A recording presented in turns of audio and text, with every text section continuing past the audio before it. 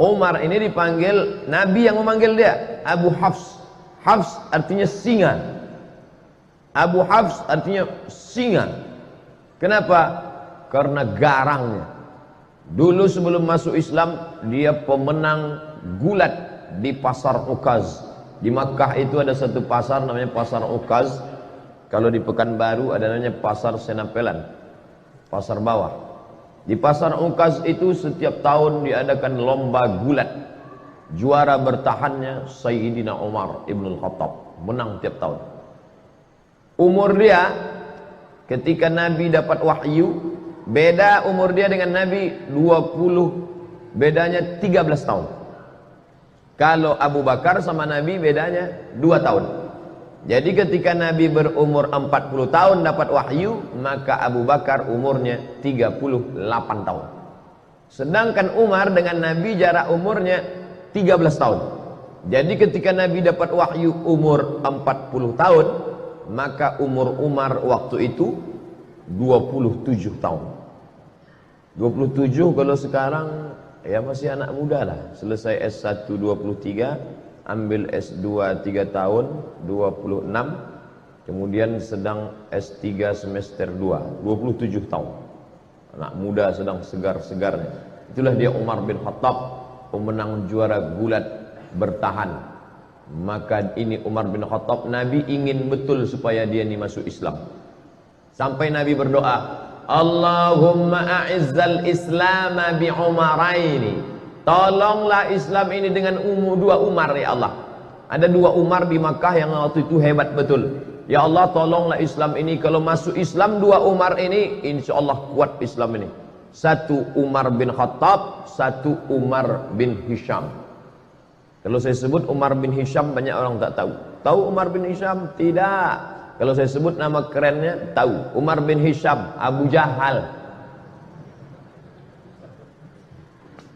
Sedangkan ini Abu Hafs, Abu Jahal, si goblok, bodoh. Abu Jahal itu apa artinya Ustaz? Bongak. Sedangkan ini Abu Hafs, singa, perkasa. Nabi minta pada Allah, ya Allah, kalau bisa 2 orang Umar ini masuk Islam, mantap Islam ini. Dan Umar bin Khattab masuk Islam. Abu Jahal mati dalam keadaan kafir. Tapi masuk Islamnya tak cepat, lama. Tahun 1 tak masuk Islam. Tahun beda dengan Abu Bakar. Abu Bakar tahun 1 langsung masuk Islam. Tahun 2, tahun ke-6 baru dia masuk Islam. Dia memusuhi Islam. Siapa yang masuk Islam, ada budak dia, hamba sahaya dia masuk Islam, habis disiksanya. Lalu kemudian pernah satu hari dia mau membunuh Nabi Muhammad. Keluar dari rumah, dicabutnya pedang. Jumpa sama kawannya. Kau mau kemana Umar? Aku mau memancung kepala Muhammad. Ente tahu, ente Bani Adi. Mereka pakai Bani. Anak-anak keturunan Adi disebut Bani Adi. Muhammad SAW itu Bani Hashim. Muhammad bin Abdul Muttalib bin Hashim bin Abdi Manaf. Maka dia Bani Hashim. Kau mau membunuh siapa? Aku mau membunuh Muhammad. Kau tahu tak Muhammad itu siapa? Muhammad anak Abdullah, anak Abdul Muttalib, anak Hashim, anak Abdi Manaf, anak Qusay. Qusay itulah yang membangun kota Makkah ini. Kalau sampai anak cucu kemanakan mereka ini mati, ente habis nanti.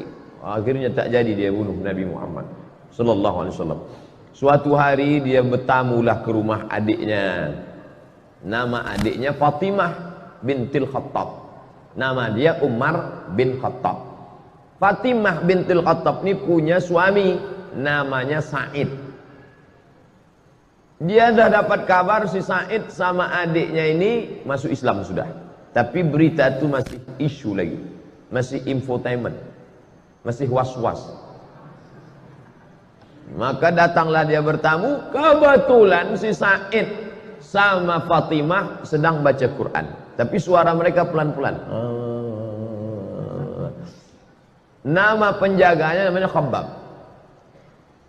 Khabbab, ya, adikku tadi baca apa? Tak ada, kata Khabbab. Tapi aku dengar sesuatu. Masuk dia ke dalam, ditinjunya adiknya itu. Pertama adik iparnya dia tinju. Tentu menang, dia pemenang gulat tiap tahun.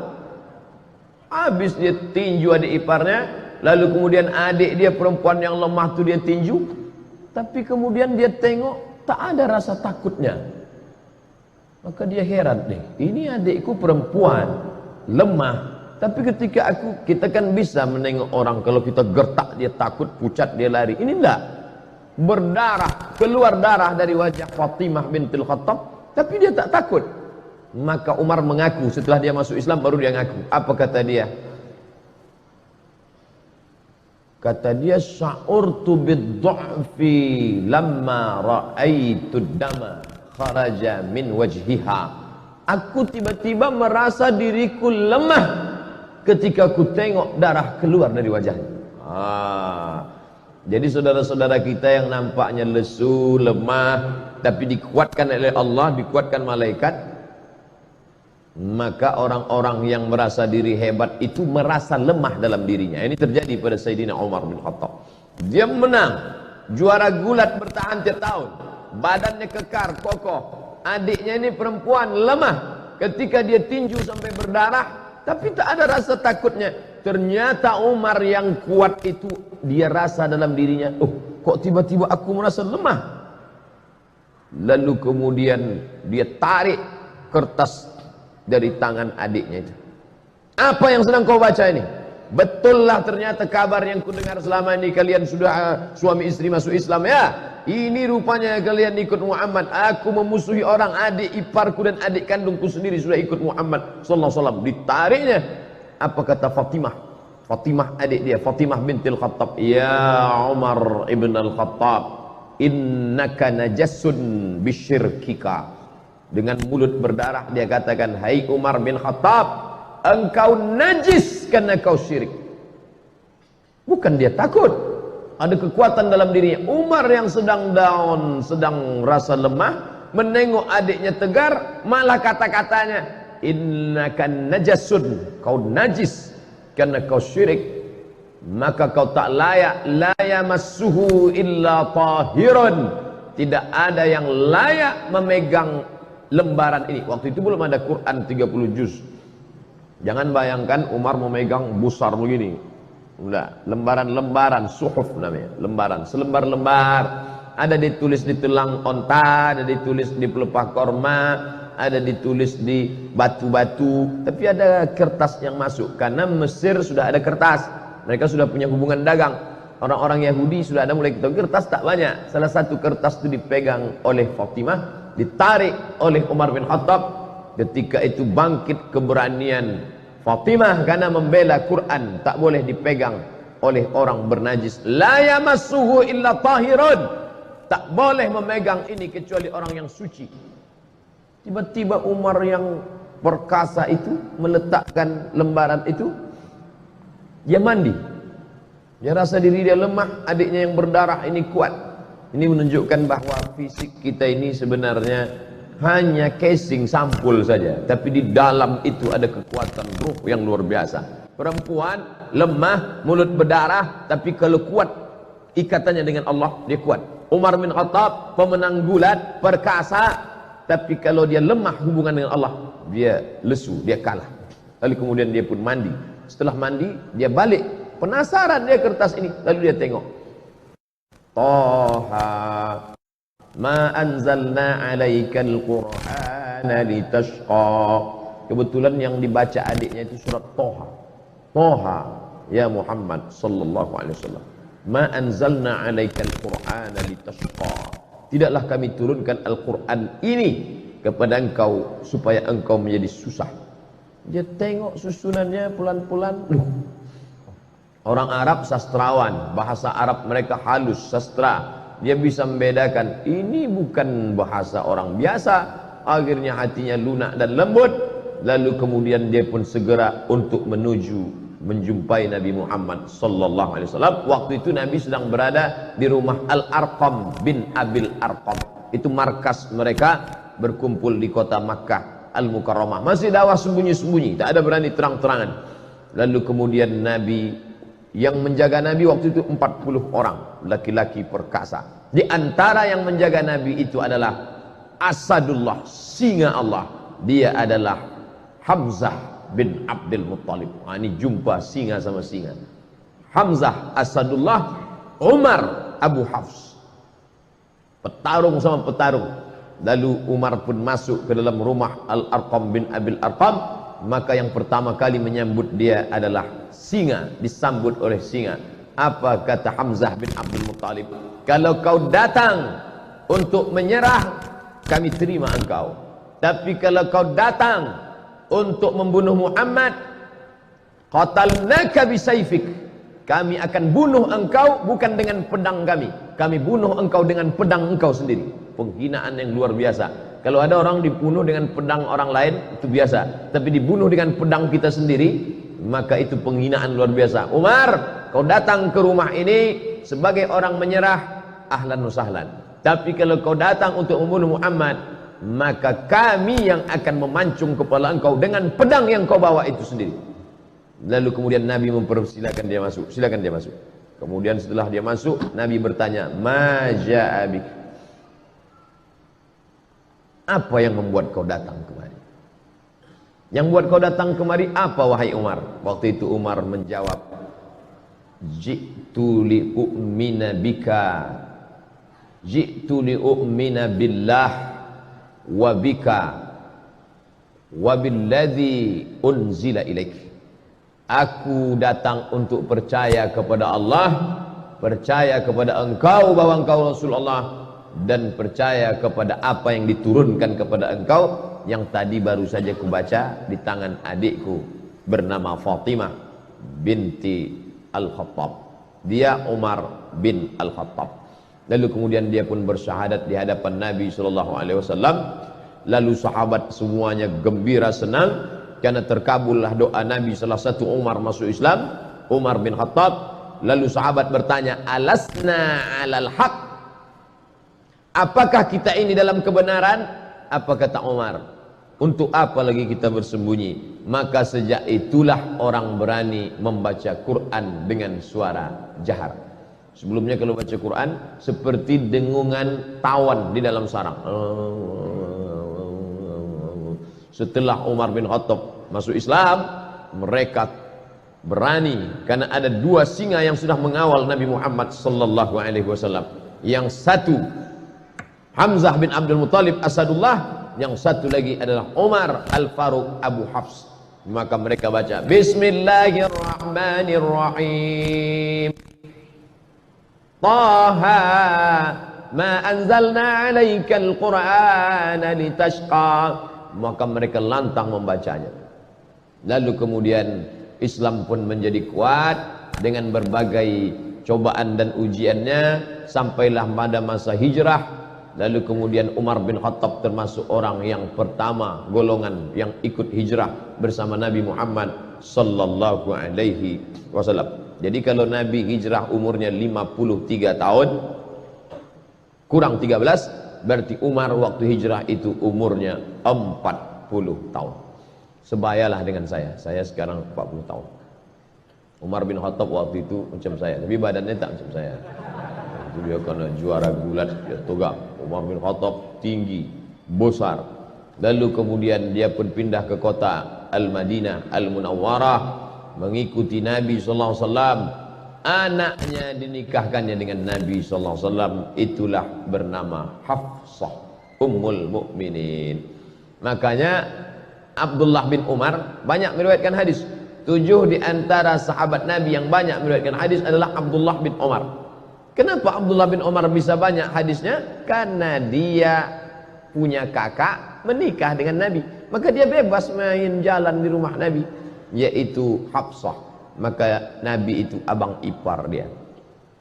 Lalu kemudian setelah Nabi meninggal, naiklah penggantinya, yaitu Abu Bakrin Siddiq. Bermusyawarah mereka di satu tempat namanya Saqifah Bani Sa'idah. Nanti Bapak Ibu pergi umrah, ini Masjid Nabawi mengarah ke kiblat, tengok di sebelah kanan masjid. Setelah keluar dari pintu Babus Salam, terus saja setelah Museum Al-Quran, Museum Asmaul Husna, di sana itu ada taman, hotel keliling, tapi yang di situ tetap taman, memang tak boleh dibangun. Itulah dia Saqifah Bani Sa'idah. Di situ mereka bermusyawarah siapa yang akan mengganti kepemimpinan Madinah setelah Nabi Muhammad sallallahu alaihi wasallam meninggal. Naik Abu Bakar Siddiq 2 tahun, meninggal Abu Bakar, dilantiklah Sayyidina Umar. Khalifah artinya pengganti. Meninggal Nabi, penggantinya bukan pengganti Nabi, karena Nabi la nabiyya ba'dah. Tak ada Nabi sesudah Nabi Muhammad sallallahu alaihi wasallam. Maksud khalifah di situ adalah pengganti kepemimpinan politik. Maka digantikan oleh Sayyidina Abu Bakr As-Siddiq. Setelah Abu Bakar meninggal, naik pengganti Abu Bakar. Maka nama menjadi dua. Kalau Abu Umar, Abu Bakar, Khalifatu Rasulillah, pengganti Rasulullah. Ketika meninggal Abu Bakar, naik Umar, namanya terlalu panjang. Khalifati Rasulillah, penggantinya Rasulullah.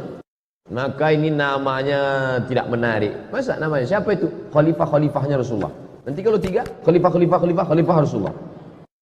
Maka muncullah nama baru, dia dipanggil dengan Amirul Mukminin. Dialah pemimpin pertama yang dipanggil dengan Amirul Mukminin, Umar ibn Khattab. Kalau khalifah, Abu Bakr As-Siddiq. Amirul Mukminin, Umar bin Khattab. Di masa pemerintahan Umar bin Khattab muncul ijtihad baru. Pertama, dibentuknya syurtah, polisi. Pada masa Abu Bakar tak ada. Pada masa Umar, situlah ada kepolisian kota Madinah Al-Munawwarah. Pada masa Umar bin Khattab, tentara dikasih gaji bulanan, rawatib namanya. Sebelumnya tak ada. Sebelumnya kalau perang, habis perang baru dapat harta rampasan perang, ghanimah namanya. Tapi pada masa pemerintahan Umar, digaji pokok. Perang tak perang, pokoknya dapat. Itu pada masa Umar bin Khattab. Pada masa Umar bin Khattab dibangunlah rumah wakaf. Sebelum itu tak ada. Sebelum itu Baitul Mal saja, tapi ini khusus dibuatkan rumah wakaf. Pada masa Umar bin Khattab pula dibangun diwan. Diwan itu kantor. Sebelumnya tak ada kantor. Zaman Nabi tak ada kantor. Zaman Abu Bakar tak ada kantor. Setelah itu pada masa Umar bin Khattab ada kantor administrasi negara, tertib administrasi, ada berkas-berkas, ada pegawainya, ada karyawannya, ada gaji tetapnya. Dan pada masa pemerintahan Umar bin Khattab, Islam tersebar. Makkah di tengah, di bawahnya Yaman, di atasnya negeri Syam, Suriah, Lebanon, Palestina, Yordania, di kirinya Laut Merah. Menyeberang Laut Merah, Mesir dibuka pada masa pemerintahan Umar bin Khattab. Umar mengutus seorang sahabat bernama Amr bin As. Amr bin As lah yang membebaskan Mesir. Jangan katakan eksploitasi, jangan katakan ekstradisi, jangan katakan ekspansi. Ini banyak ini anak-anak mahasiswa menulis ekspansi Umar bin Khattab ke Mesir. Ekspansi sama dengan penjajahan, perluasan kekuasaan. Tapi Islam selalu memakai istilah fathu, pembebasan. Mesir dibebaskan. Dibebaskan dari apa?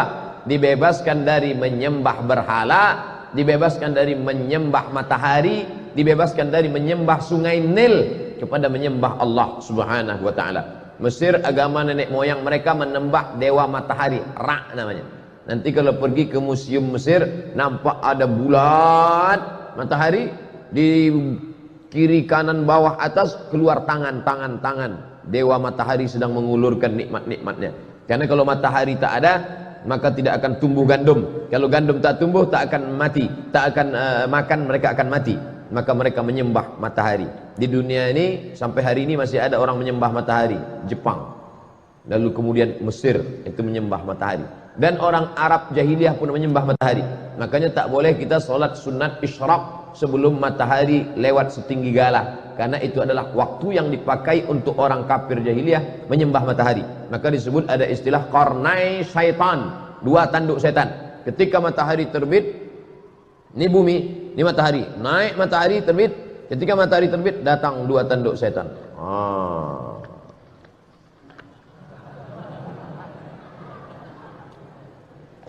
Alhamdulillah kita tak ada menyembah matahari lagi. Buya Hamka dulu pernah dipaksa untuk menyembah matahari.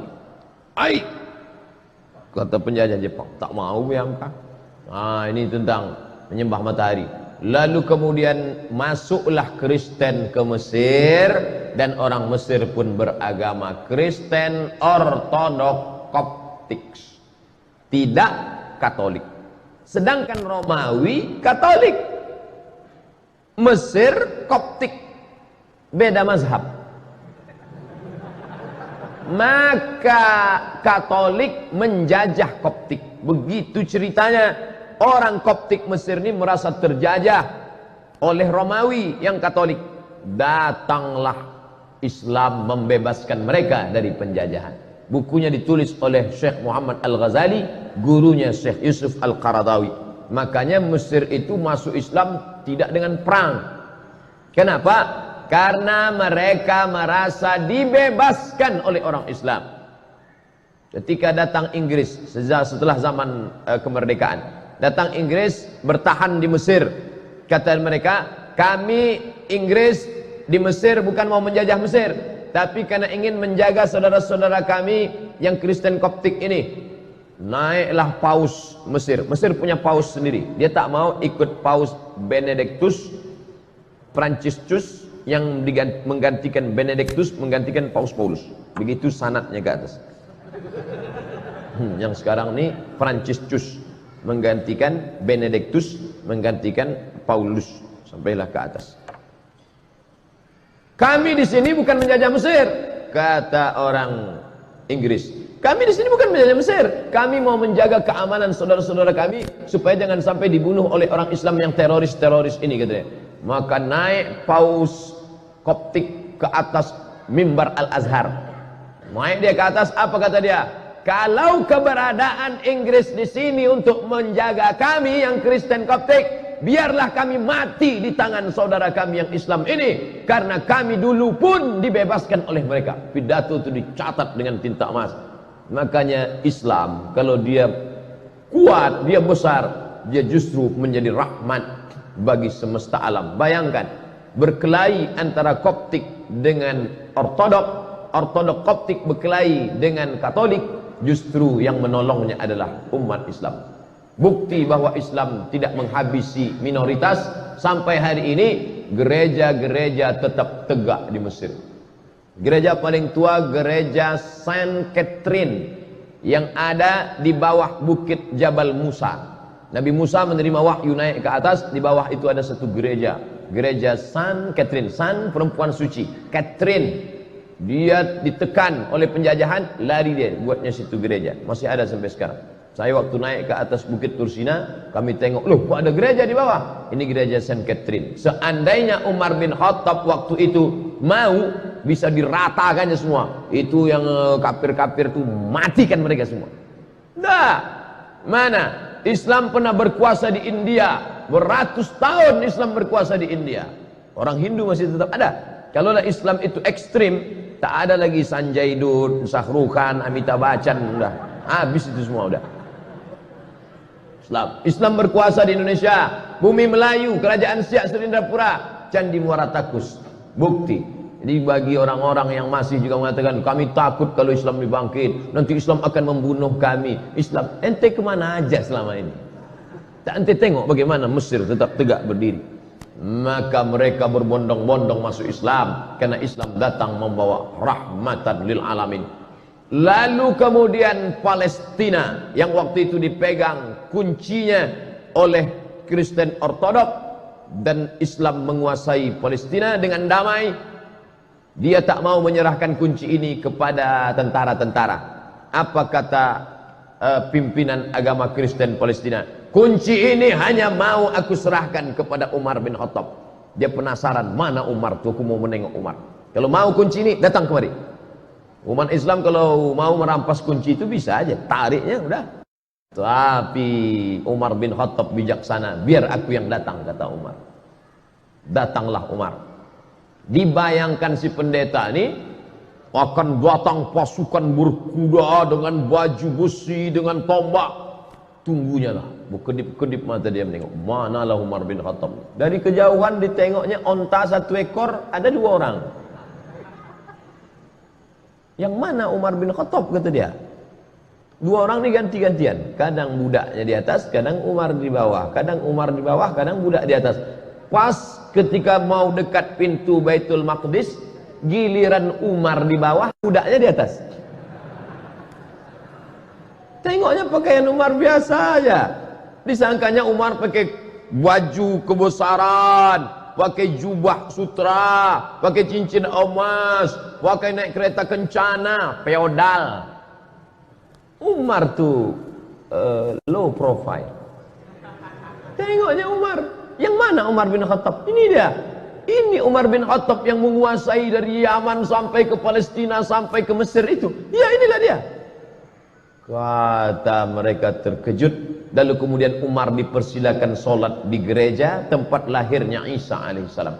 Silakan Umar solat. Umar tak mau. Solat dia di depan gereja. Ini gereja, solat dia di depan gereja. Selesai dia solat, orang bertanya, kenapa kau tak mau solat di dalam gereja itu Umar? Nanti kalian tengok. Sekarang barulah orang terkagum sama Umar. Kenapa? Bekas sujud Umar solat itu, itulah didirikan masjid sekarang, namanya Masjid Umar bin Khattab, berhadap-hadapan dengan katedral kelahiran Isa alaihissalam. Bayangkan kalau Umar bin Khattab solat di gereja itu, apa yang terjadi? Rata gereja itu jadi masjid. Tengok Umar bin Khattab bijaksana. Begitulah dia. Tapi ada satu api dalam sekam, sakit hati dia. Siapa dia? Ketika Umar bin Khattab membebaskan Persia, Makkah di tengah, Yaman di bawah, Syam di atas, Mesir di kiri. Di kanan ini ada Persia. Persia lebih kuat daripada Roma. Makanya dalam Quran ada suatu surat namanya surat Ar-Rum. Ghulibatir Rom. Bangsa Romawi pernah kalah. Siapa yang mengalahkan Romawi? Persia. Persia paling hebat. Dan Persia dikalahkan oleh Umar bin Khattab. Jika Romawi dikalahkan Persia dan Persia dikalahkan Umar, maka Umar menguasai dunia. Tapi ternyata ada satu orang dendam, kesumat, sakit hati, ditikamnya lah Sayyidina Umar pada tanggal 24 Zulhijjah hari Rabu, saat rakaat pertama solat.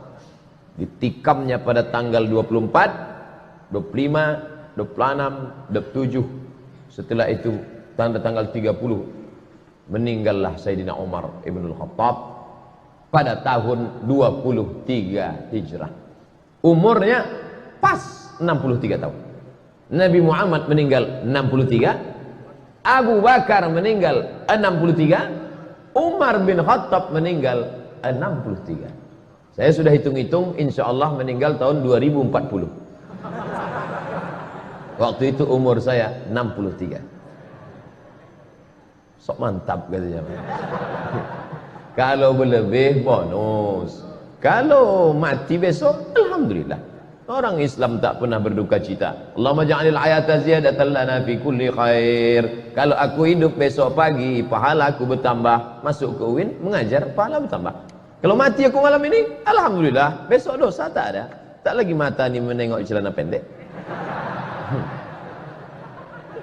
Nah, oleh sebab itu maka Umar bin Khattab pun ditikam, meninggal dunialah dia pada tahun 23 Hijrah. Lalu kemudian dia dimandikan oleh anak kandungnya Abdullah bin Umar bin Khattab. Maka kita ni kalau memandikan kita tu nanti anak kandung kita yang laki-laki. Saya alhamdulillah ada anak laki-laki saya, dialah nanti yang akan memandikan saya, InsyaAllah. Maka Bapak Ibu sekalian, buatlah di Masjid Raya ini pelatihan memandikan jenazah. Yang ikut pelatihan itu anak-anak muda. Ini banyak dibuat pelatihan yang ikut orang tua-tua. Bapak kenapa ikut? Yang mau dimandikan ini bapak. Tak usah ikut. Anak-anak muda itu dilatih. Biar nanti waktu awak mati, dia mandikan kita. Kalau dia mandikan kita, takkan dia ambilnya gayung tinggi-tinggi. Di situ jenazah ayah sudah mau. Dan itu pelan-pelan dia. Kan ini ayahku dulu. Tapi kalau orang lain memandikan kita, apalagi kita waktu dulu hidup sombong minta ampun. Dia ambilnya semprot dorsmir. Mana Mama Lemon katanya disiram kayak ke hidung. Makanya latihlah anak awak mandi jenazah. Ibu memandikan anak itu satu hari berapa kali? Mandi pagi, mandi siang, mandi malam, mandi, makan coklat, mandi, tumpah lontong, mandi, makan, mandi. Nah, habis itu ibu mandikan dia satu hari 5 kali. Setahun kali 5, 3 kali 5, 1.500 kali ibu mandikan dia. Dan ibu minta mandikan dia sekali saja. Nah, aku mau kau mandikan aku sekali saja. Mandi apa? Mandi jenazah. Umar bin Khattab bertuah. Yang memandikan dia siapa? Abdullah bin Umar bin Khattab. Yang jadi imam solat jenazahnya Suhaib. Ada orang Romawi, bukan orang Arab. Suhaib Ar-Rumi, orang Romawi yang dulu hijrah dari Makkah ke Madinah, semua hartanya diambil. Suhaib, dulu kau merantau ke Makkah nih sebatang kara, tak ada apa-apa. Sekarang kau sudah kaya, kalau kau mau ikut Muhammad, tinggal semua hartamu. Suhaib Ar-Rumi. Apa maknanya? Jangan kita pesankan nanti ambo kalau mati nan menyembayangkan ambo mesti orang payakumbuh. Aku kalau mati nanti maka yang menyembayangkan aku orang dari Mandailing Natal saja. Aden kok esok kalau mati maka nan menyembayangkan ambo orang dari Yogyakarta. Ambo kok sebenarnya orang awak tapi dadik lama di Jogja. Maka bantu ikolah bahasa ambo. Tidak lagi menengok suku. Jangan lagi ditengok dari mana dia. Suhaib Ar-Rumi bukan orang Arab. Sedangkan Umar bin Khattab orang Quraisy. Tinggi nasabnya. Menantu Nabi SAW, mertua Nabi SAW. Tapi yang memandikan dia siapa? Suhaib Ar-Rumi mu'allaf. Orang Roma yang masuk Islam. Maka lalu kemudian setelah itu bergantilah kepemimpinan Utsman bin Affan. Dimakamkanlah dia di makam yang paling mulia di samping Nabi Muhammad sallallahu alaihi wasallam. Jadi kalau ini kiblat, ini mimbar Nabi, ini mihrab Nabi, ini kiblat, di sini kamar Nabi. Kamar Nabi, rumah Nabi bersama Aisyah 22 meter lebih kurang. Pas di situ kata Nabi, nanti kalau aku mati kuburkan aku, jangan bawa jenazahku kemana-mana. Nahnu ma'asyurul anbiya, kami para nabi nudfanu min haitsu namutu, di mana kami mati maka disitulah kami dikuburkan. Makam pertama Nabi sallallahu alaihi wasallam.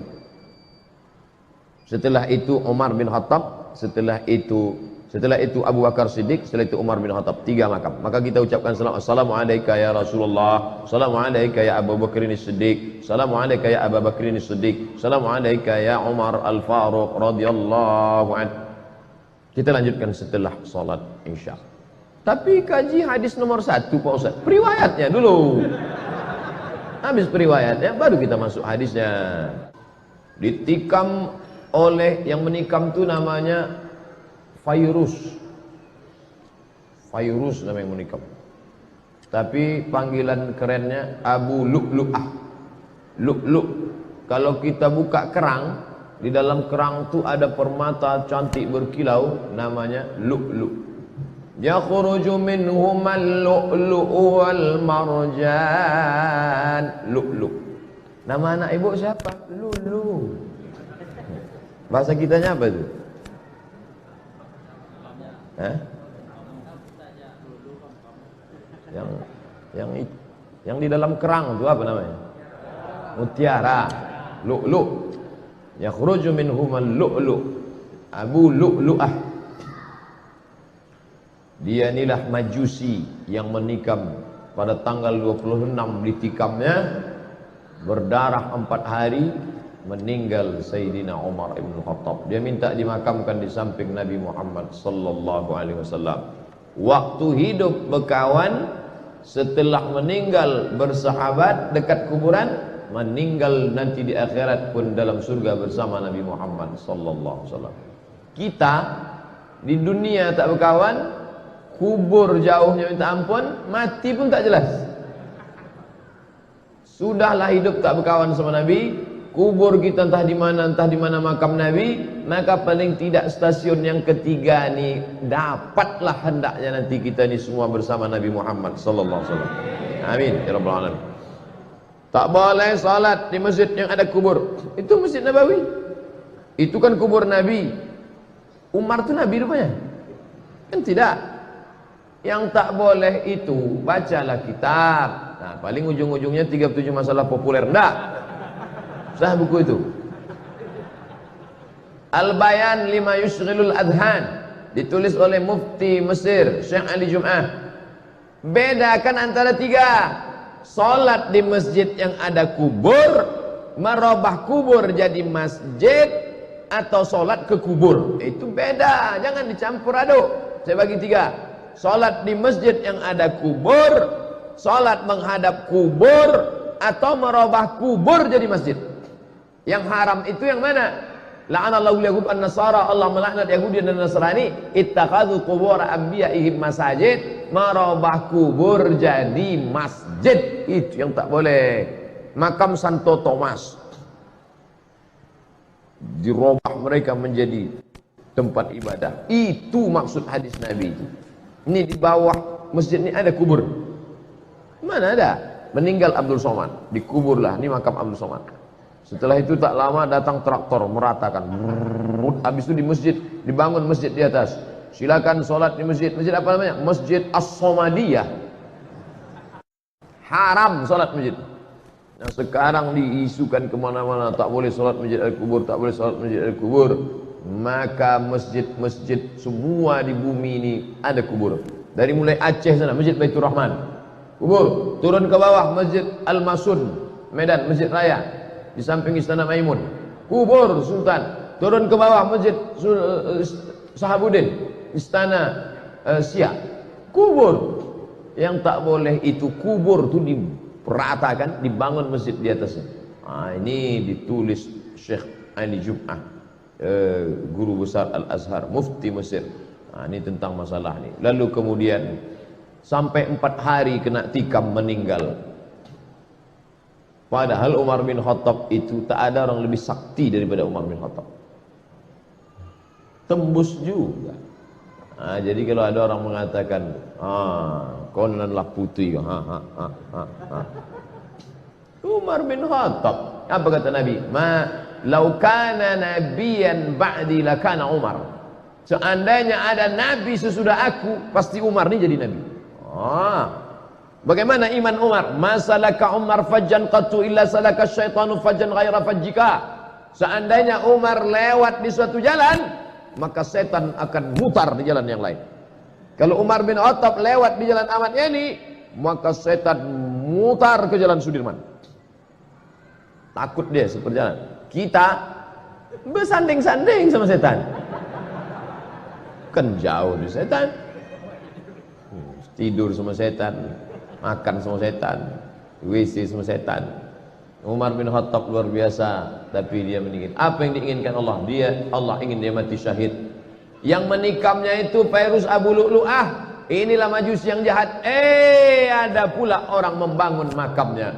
Makam Fairuz Abu Lu'lu'ah dibangun megah, pakai lampu-lampu, pakai taman-taman. Siapa yang membangunnya? Syiah. Kata mereka ini pahlawan, karena sudah berhasil membunuh orang paling jahat di dunia, yaitu Umar bin Khattab, karena merampas kekuasaan Sayyidina Ali bin Abi Thalib. La haula wa la quwata illa billahil aliyil azim. Tidak ada konflik antara Umar dengan Ali. Tahu tidak?